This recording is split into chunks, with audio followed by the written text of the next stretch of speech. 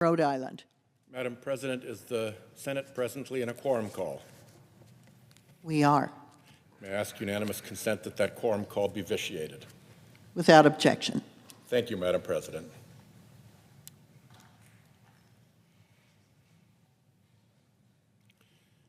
It was the spring of 2019.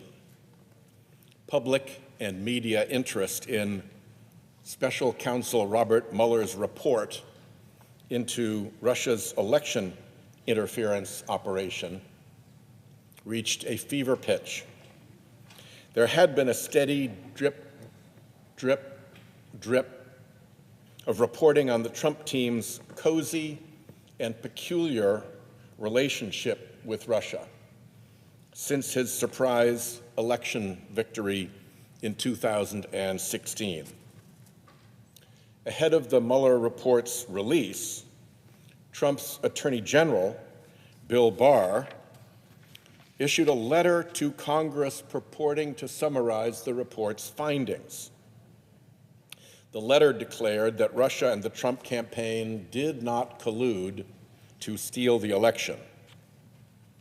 The press, ravenous for any news of the long-anticipated Mueller report's conclusion, largely accepted Attorney General Barr's narrow, carefully worded conclusion, and not yet having access to the full report, blasted the Attorney General's summary around the world. Trump himself declared, all caps, no collusion. He said he had been cleared of the Russia hoax, a term he reserves only to describe things that are true, like climate change. Frustrated, Mueller wrote to Barr that the Attorney General's letter did not fully capture the context, nature, and substance of the investigation. But by the time the dense, voluminous Mueller report was issued, the month after Barr's letter, its message had been obscured. The Mueller report actually concluded that the Trump campaign knew of and welcomed Russian interference and expected to benefit from it. That conclusion was later echoed and reinforced by an investigation led by then-Chairman Marco Rubio's Senate Intelligence Committee, a bipartisan report. But Barr's scheme had largely worked. Many in the media and in the Democratic Party seemed to internalize that the Russia speculation had perhaps gotten out of hand and that perhaps we had been wrong to believe there was a troubling connection between Trump and Russia after all. But were we? Let's take a look at a sampling of what Trump has done for Russia just lately, and usually at the expense of American interests. There are many, but here's a top 10. 1, after Trump and Vice President Vance theatrically chastised the heroic Ukrainian President Zelensky in front of TV cameras in the Oval Office last year, Trump paused our weapons shipments to Ukraine. 2, in July, during the worst Russian bombing campaign of the war until that point, Trump paused an already funded weapons shipment for Ukraine, including the Patriot interceptors that protect civilians from Putin's savage attacks.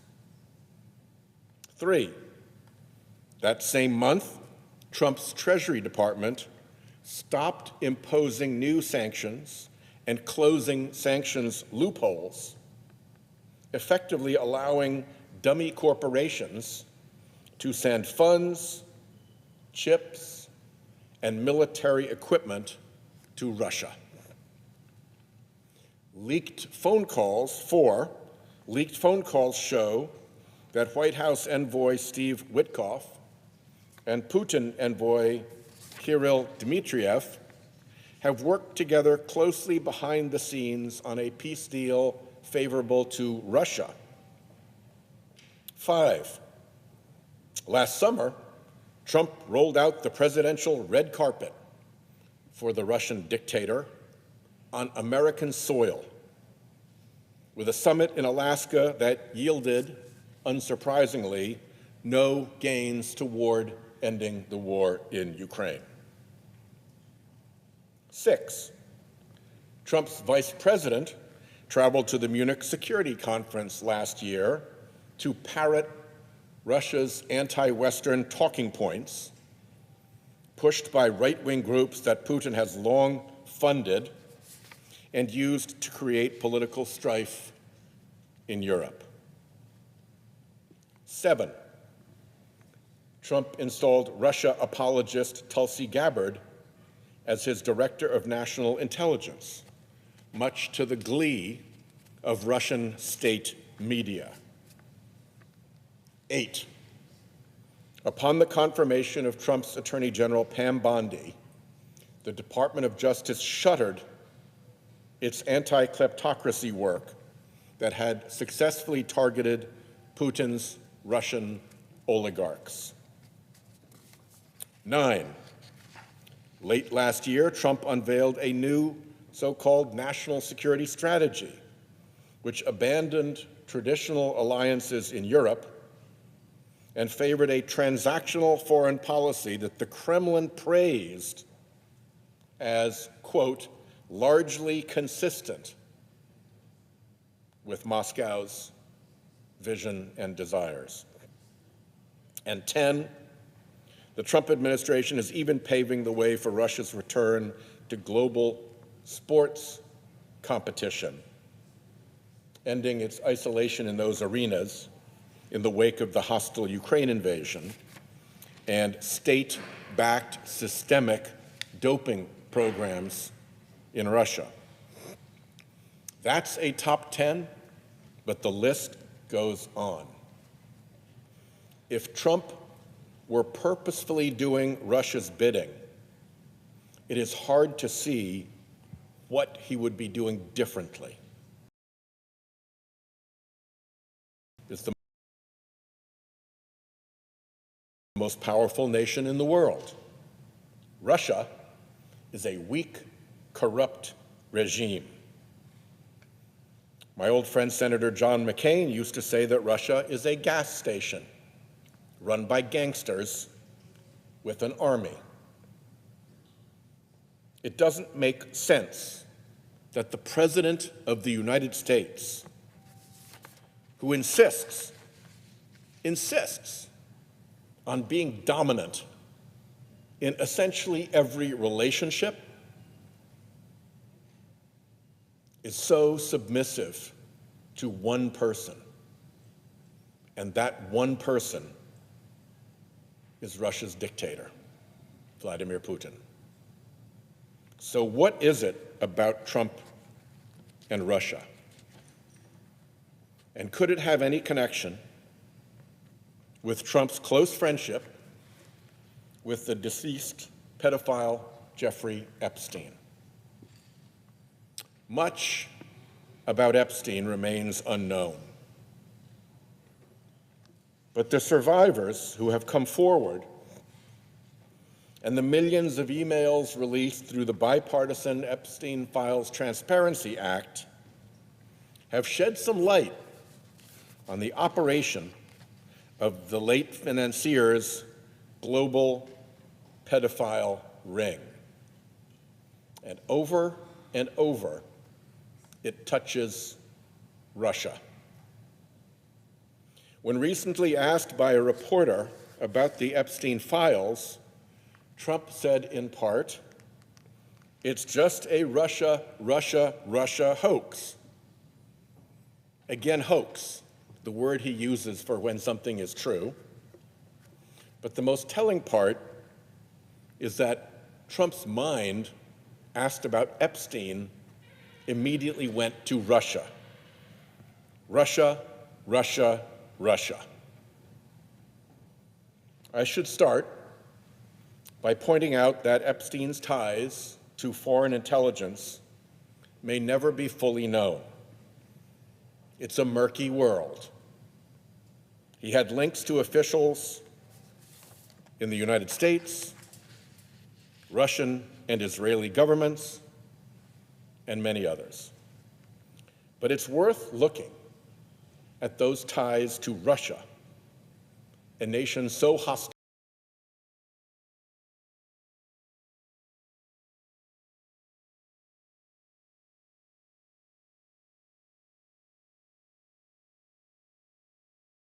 Epstein's career began in the mid-1970s at the prestigious Dalton School in New York City, where despite dropping out of college, 21-year-old Jeffrey Epstein was given a position teaching high school mathematics to the children of some of New York's wealthiest families.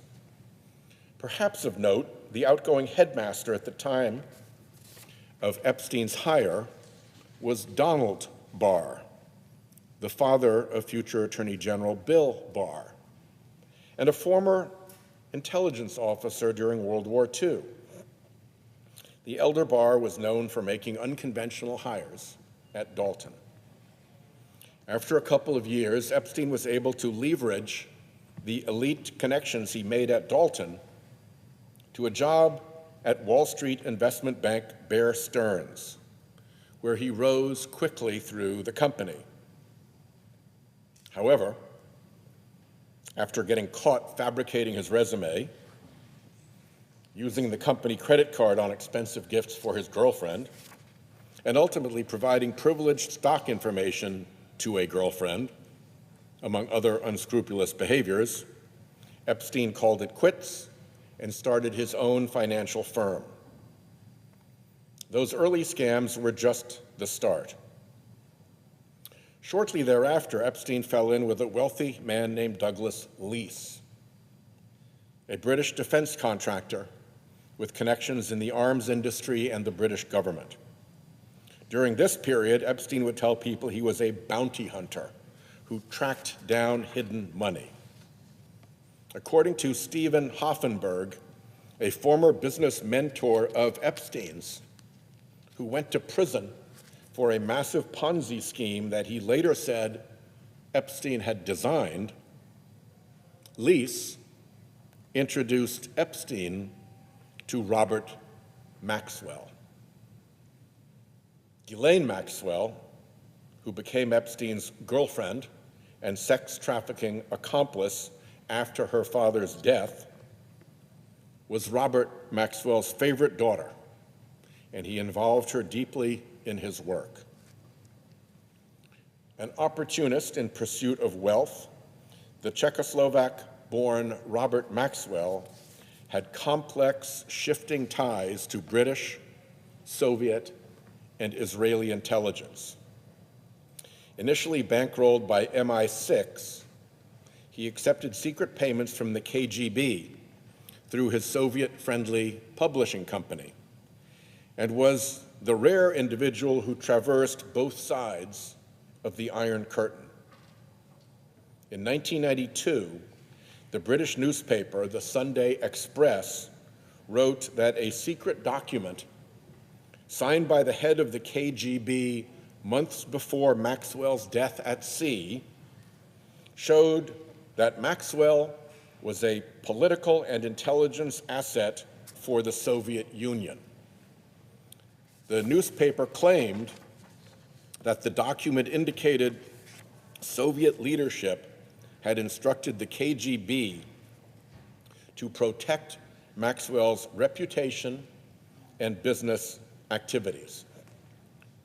Maxwell's UK Foreign Office file, released more than a decade after his death, described him as, I'm quoting here, a thoroughly bad character and almost certainly financed by Russia.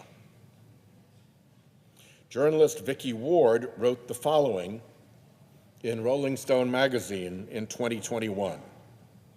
She said, "Hoffenberg told me that Epstein had said he'd worked on several projects with Robert Maxwell, including solving Maxwell's debt issues. The word debt is in quotes. Maxwell died in 1991 under very strange circumstances, apparently having fallen off his yacht, the Lady Ghislaine, in the middle of the night, and it was discovered in the aftermath that he'd stolen hundreds of millions of dollars from the pensions of his employees.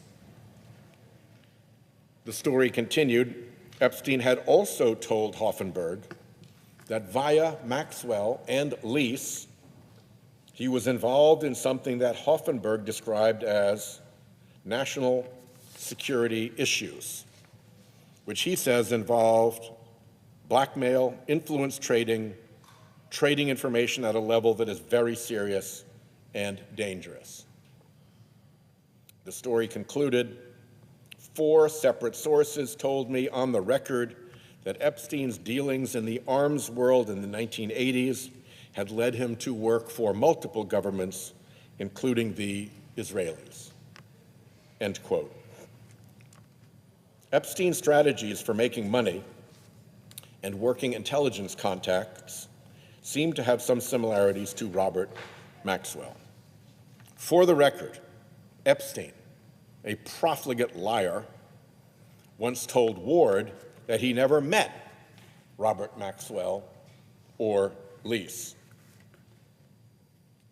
At some point in the 1980s, Epstein struck up a friendship with a fellow brash New York businessman by the name of Donald Trump.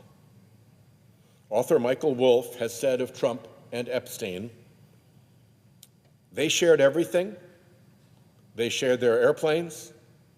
They shared women between them. They shared constantly business and financial advice. End quote. There are many photos of the two men together on the New York and Palm Beach party circuits throughout the 1990s. Trump now famously said in 2002, "I've known Jeff for 15 years. Terrific guy. He's a lot of fun to be with. It is even said that he likes beautiful women as much as I do, and many of them are on the younger side." Alan Dershowitz told the New York Times in 2019 that in those days, if you didn't know Trump and you didn't know Epstein, you were a nobody.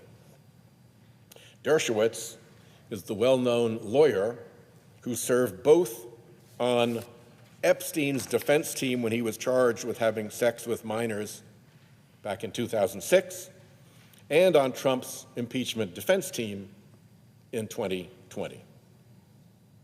The president of Trump's Atlantic City Trump Plaza Hotel in the late 1980s said he saw Trump and Epstein together so frequently that he believed Epstein was Trump's best friend.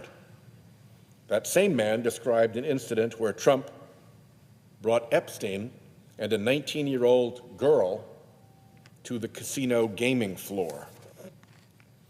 Epstein once took a model to Trump Tower, where she says Trump groped her while laughing with Epstein.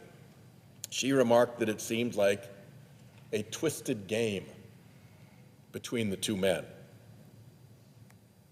One survivor says Epstein summoned her to his offices late one night. Trump soon arrived, and according to the New York Times, she recalled feeling scared as Mr. Trump stared at her bare legs. Then Mr. Epstein entered the room, and she recalled him saying to Mr. Trump, "No, she's not here for you." After the men left the room, she said she overheard Trump commenting that he thought she was 16 years old. In 1992, Trump hosted a calendar girls competition at Mar-a-Lago for dozens of young women. The event organizer was appalled to learn that Trump and Epstein would be the only men present, a private showing. During Maxwell's trial, one of Epstein's victims said he took her to meet Trump at Mar-a-Lago when she was 14. Maxwell recruited 16-year-old Virginia Giuffre from the spa at Mar-a-Lago. Giuffre was abused by Epstein and trafficked to other men in Epstein's orbit. Trump said in 2025, "I think Giuffre worked at the spa. He stole her," he being Epstein. In 1997, the UK tabloid The Daily Mirror, formerly owned by Robert Maxwell, claimed that Trump was dating a 20-year-old British model and that Ghislaine Maxwell had introduced them at a party. The tabloid notes Trump met the model at a party in Manhattan. Several American millionaires already had their eyes on the model, but she was there with Robert Maxwell's daughter Ghislaine, who has introduced several of her attractive friends to the property developer, Trump.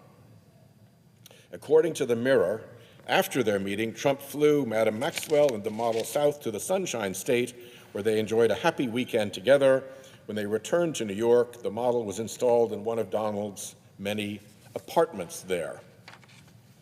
In an interview with BBC Newsnight, the model stated, "Ghislaine Maxwell did introduce me to him," that is Trump, "and she introduced me to him with a clear message of my being with him in the same way that she had trafficked me and brought me to Jeffrey Epstein," end quote. She also said, "I can only speak for myself, and this is in no way to negate any other experience that anyone else might have had with him, but at no time did President Trump behave with any impropriety with me." The same woman accused Epstein of sexually abusing her when she was a teenager in a 2019 interview with NBC. From NBC, I'm quoting, "The abuse spanned several years and locales. In addition to the estate on his private island, she said Epstein preyed on her at his homes in New York and Paris." According to Craig Unger's book, American Compromat, and I'm quoting here, "Trump was often the center of Maxwell's attention, and women who entered Trump's orbit sometimes ended up being associated with both Trump and Epstein, spending part of their time living in a Trump Tower condo and part in Florida at Mar-a-Lago or one of Epstein's homes. Among them was a Russian model and beauty pageant contestant whose journey from the world of beauty pageants and modeling to Trump's Mar-a-Lago and Epstein's island retreat is highly suggestive in terms of how Epstein and his associates began manipulating young women." The story continues. In the early 90s, before coming to the United States, the woman had placed well in a number of beauty pageants, coming in second in Miss Russia, 1993, and winning the 1994 Miss Baltic Sea title that year. In 1995, she left Moscow, spent 6 weeks learning English in St. Petersburg, that's St. Petersburg, Florida, not Russia, and was profiled in the Tampa Tribune as reigning Miss Russia. And before long, she met Donald Trump. Quoting here, "Notwithstanding the fact that Trump was still married to his second wife, Marla Maples, the woman moved into a 30th floor condo in Trump Tower on Fifth Avenue. There, according to an item in the New York Post, her lavish accommodations were taken care of courtesy of an unidentified sugar daddy. She spent time with both Trump and Epstein.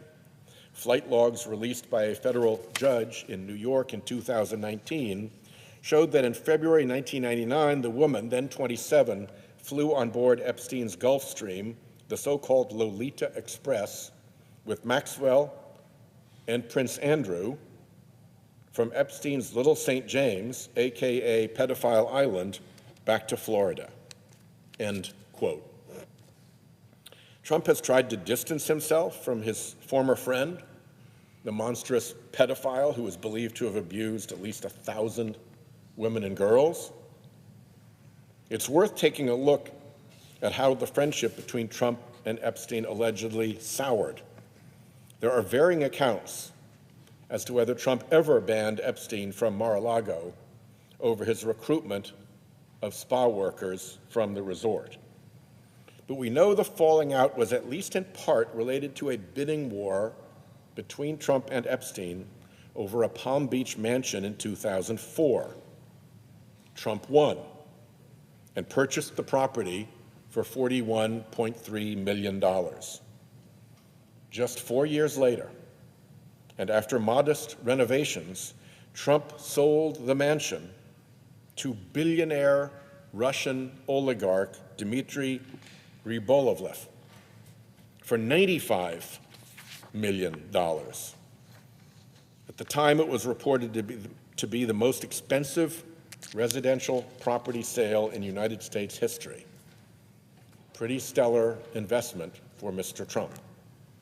The oligarch, for his part, after paying the $95 million, never even moved in. Which brings us back to Russia. Epstein claimed to have given at least some insight on Trump to the Russians. Epstein met on many occasions with Vitaly Churkin, Russia's representative to the United Nations from 2006 until Churkin's death in 2017. Epstein wrote in an email, "Churkin was great. He understood Trump after our conversations. It is not complex. He must be seen to get something. It's that simple." End quote. Epstein wrote in 2018 to Thorbjørn Jagland, a former prime minister of Norway, who was then head of the Council of Europe, I'm quoting here, "I think you might suggest to Putin that Lavrov can get insight on talking to me." That appears to be a reference to Sergei Lavrov, Russia's Minister of Foreign Affairs. The email was sent prior to the Helsinki summit between Trump and Putin. In another email to Jagland, Epstein wrote that he wanted to help Putin and Russia reinvent the financial system. A 2017 FBI report, based on a confidential human source, claims that Epstein was President Vladimir Putin's wealth manager. End quote. Epstein tried several times to meet with Putin, often via Jagland, although it is unclear if any such meeting took place. But Putin is named almost 1,000 times in the latest tranche of Epstein file documents, and there are almost 10,000 references in the documents to Moscow. Epstein roped many Russian and East European girls and women into his trafficking operation. The New York Magazine profile of Epstein, published all the way back in 2002, reads, "Indeed, at a party at Maxwell's house, her friends say, one is just as apt to see Russian ladies of the night as one is to see Prince Andrew." End quote. In Ward's 2003 profile of Epstein, a guest described a, quote, "cocktail party thrown by Maxwell that Prince Andrew attended, which was filled," she says, "with young Russian models." In a 2010 email, Epstein suggested a young woman as a dinner companion to Andrew Mountbatten Windsor, the former prince, assuring him that she was, and I'm quoting here, "Russian, beautiful, and trustworthy," end quote. The Daily Beast recently reported on an alleged classified U.S. intelligence document claiming that, and I'm quoting here, Andrew Mountbatten Windsor was drawn into Moscow's orbit thanks to his relationship with Jeffrey Epstein which the Kremlin allegedly used as a route into the British establishment. In another 2010 email to a person whose name has been redacted, Epstein wrote, and I'm quoting here, "Tomorrow I'm organizing a dinner for some new Russian girls. See you at 10. He received an email from a redacted sender in 2012 that read, "I have 2 Russian girls for you to meet, one 21, another 24. A message left for Epstein by one of his employees in 2005 claims that French model scout Jean-Luc Brunel had found a, quote, teacher who could give Epstein, quote, free lessons. Quote, he has a teacher for you to teach how to speak Russian. She is 2 times 8 years old, not blonde, end quote. 2 times 8 years old. According to American Compromat, in addition to whatever legitimate careers Brunel may have fostered, as a model scout, he also allegedly hired scouters to identify, procure, and transport underage girls, many 15 years of age and under, hire them to give, quote, massages, and traffic them. Brunel was found hanged in his French jail cell in 2022 after being arrested on rape and sex trafficking charges. Bill Gates said he had affairs with 2 Russian women, which Epstein later discovered. Somewhere along the way, Epstein struck up a relationship with Sergei Belyakov, Russia's former deputy minister of economic development and a graduate of the FSB, Russia's intelligence academy. Epstein introduced him to contacts like Peter Thiel, the tech billionaire who would go on to give $10 million to the super PAC that helped elect now Vice President J.D. Vance to the Senate in 2022. In 2015, Epstein warned Belyakov that, I'm quoting here, a Russian girl from Moscow is attempting to blackmail a group of powerful businessmen in New York, end quote. It was, Epstein said, quoting again, bad for business for everyone involved. Belyakov responded back with information about the woman, who he said worked in the sex and escort business. The FSB Academy graduate said he would meet with someone who knows her.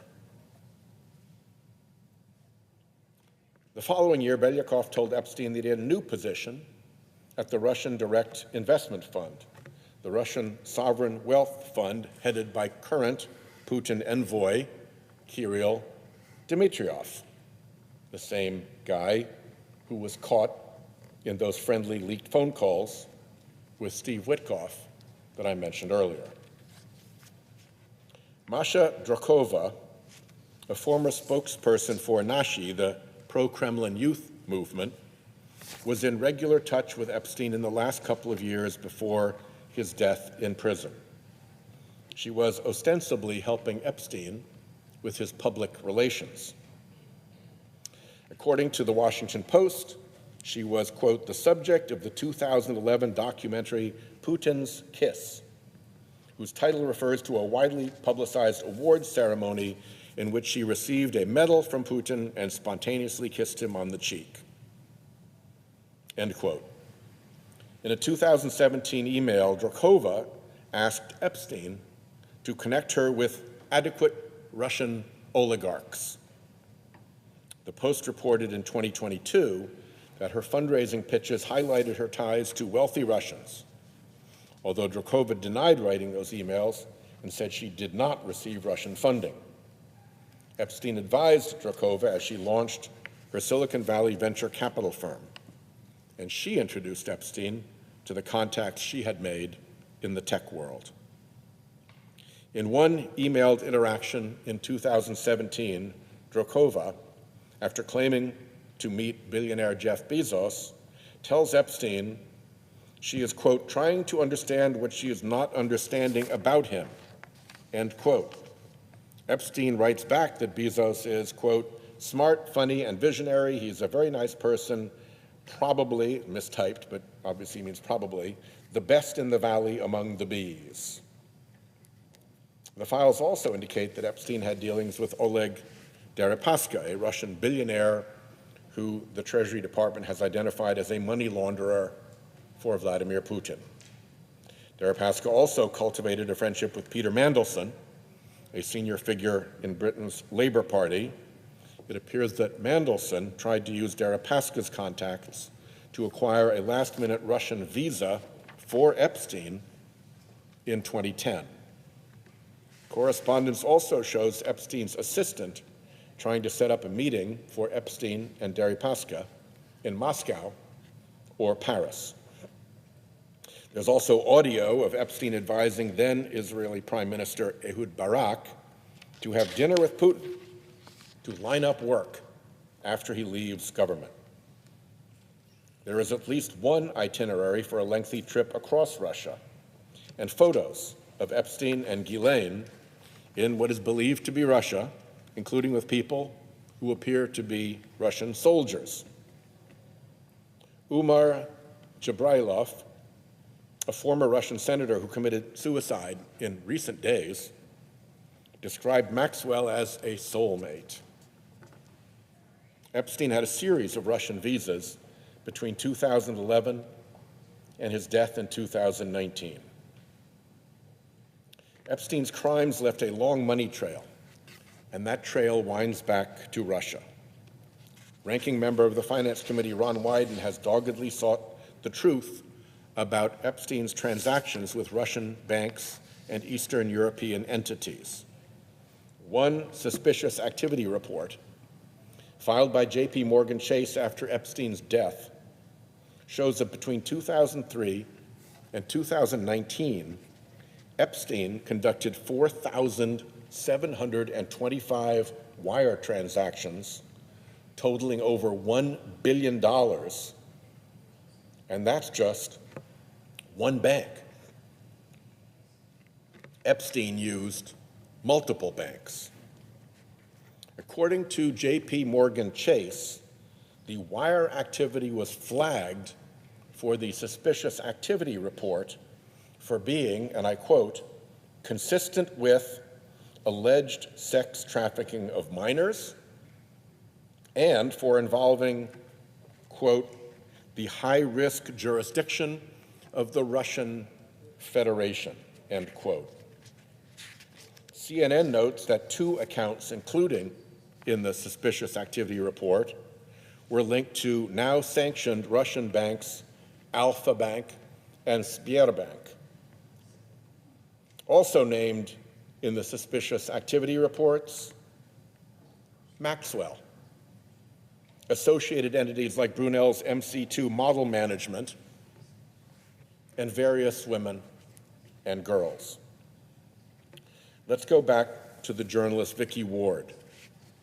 Sources who range from former arms dealers to former spies, and also Hoffenberg, suggest that Epstein, who lacked any sort of moral compass, decided to compromise influential people by recording them doing things they wouldn't want made public. And once he got out of jail in the last 10 years of his life, Epstein bragged to various people, including journalists, that he was advising a whole assortment of foreign leaders who included Vladimir Putin, Mohammed bin Zayed, Mohammed bin Salman, various African dictators, Israel, the British, and of course the Americans. He also told several of the same people that he was making a fortune out of arms, drugs, and diamonds. I'm still reading the same quote. He was known in the intelligence world as a hyper-fixer, somebody who can go between different cultures and networks. Epstein was, of course, known for his parties, which he insisted on hosting in his various mansions, where he could completely control the environment. Many of Epstein's victims have said they believe they were recorded. Virginia Giuffre wrote in her posthumous memoir that Epstein had a huge library of videotapes and a room in his New York home where monitors displayed real-time surveillance footage from his properties.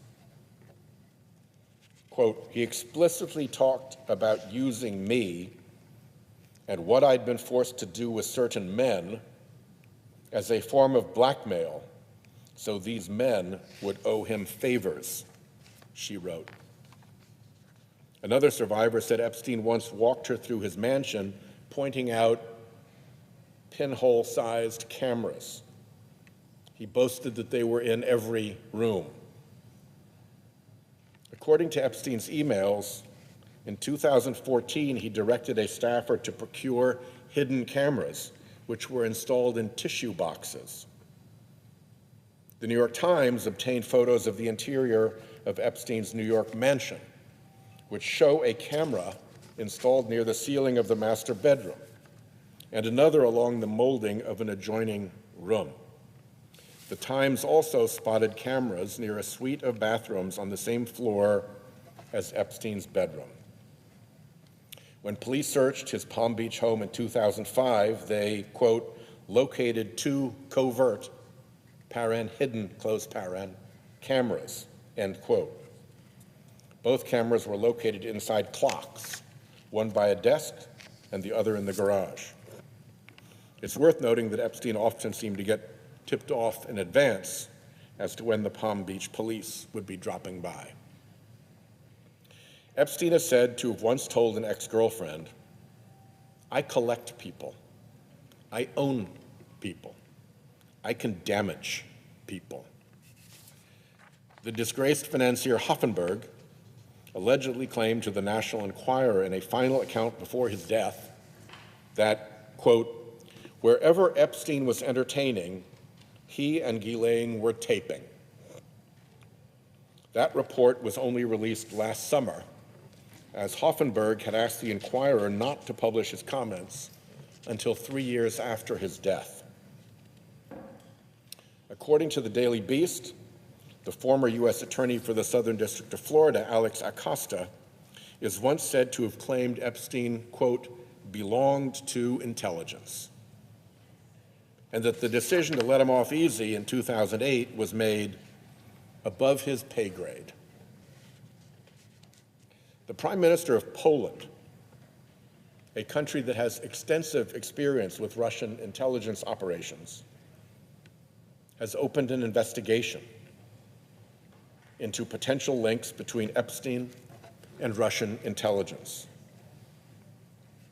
Prime Minister Tusk said, more and more leads, more and more information, and more commentary in the global press all relate to the suspicion that this unprecedented pedophilia scandal was co-organized by Russian intelligence services.